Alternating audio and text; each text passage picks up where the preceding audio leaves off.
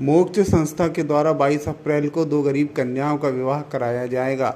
इसे लेकर बुधवार को संस्था के पदाधिकारियों की एक बैठक आयोजित की गई, जिसमें विवाह की तैयारियों पर चर्चा की गई और निर्णय लिया गया कि इन दोनों कन्याओं के विवाह में कोई कमी नहीं छोड़ी जाएगी, बल्कि पूरे धूमधाम से इनकी शादी कराई जाएगी। तो वो कैसे कैसे हाँ हाँ, वो स्टोर में रख रहे हैं, पर जैसे जो सामान है ना उसको अलग हॉल में तो रख ये रहे हैं। बताइए कि क्या बचना है वहाँ पर जैसे चीटिंग हो गई मान लो। जैसे कि आपको विदित है कि लगभग 25 वर्षों से हम लोग मोक्ष सेवाओं के नाम पर असहाय निराश्रित जनों की सेवाएं करते हैं और इसी क्रम में हमारे मोक्ष आश्रय में ऐसे लावारिस लोगों को रखते हैं।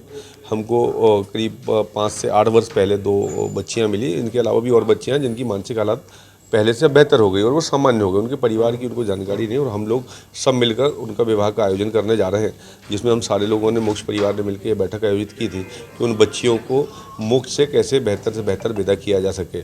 आने वाले 22 अप्रैल को उनका विवाह संपन्न किया जाना है मोक्ष आश्रय से, जिसके संबंध में हम सारे लोग यहाँ बैठक कर रहे हैं और निश्चित रूप में ये बच्चियाँ ईश्वर की कृपा से और ईश्वर के आशीर्वाद से इतनी धनी है कि उसके इतने सारे पिता, इतने सारे भाई और इतनी सारी माताएं हैं।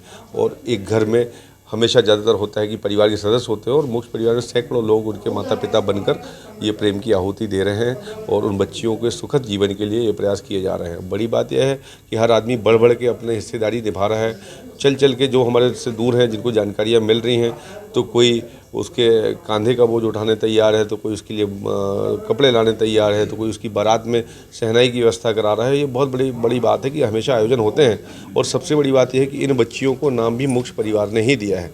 आज वो बच्चियां लगभग 22-23 साल की हैं और उनको अपने परिवार के बारे में जानकारी नहीं थी। आज 12-15 साल पहले वो मिली थी जब वो उतने साल की थी और अब वर्तमान में एक युवावस्था में है।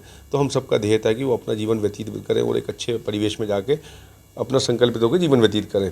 तो और एक इसी क्रम में एक बड़ा काम हुआ श्री जस्टिस अग्रवाल जी के माध्यम से कि एक पहल हुई है कि जिसमें आज तक भारत में और मध्य प्रदेश और जबलपुर में हमेशा आपने देखा कि लावारिस की मौत होती है, लावारिस के नाम से लोग ज़िंदगी जीते हैं। मोक्ष परिवार और आप सबकी पहल से अब सबको नाम मिलेगा।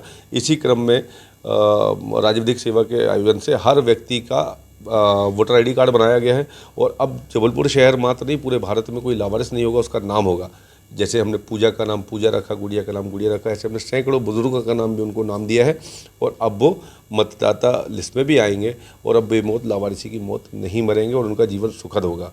इस कल्पना के साथ मोक्ष कार्य कर रहा है और हाथ बढ़ रहे हैं। आप सब भी इस आयोजन में आमंत्रित हैं और आप भर भर कर आशीर्वाद दीजिए, जो संभव हो सहयोग कीजिए। ऐसी आशा के साथ हम लोग आपसे आग्रह कर रहे हैं।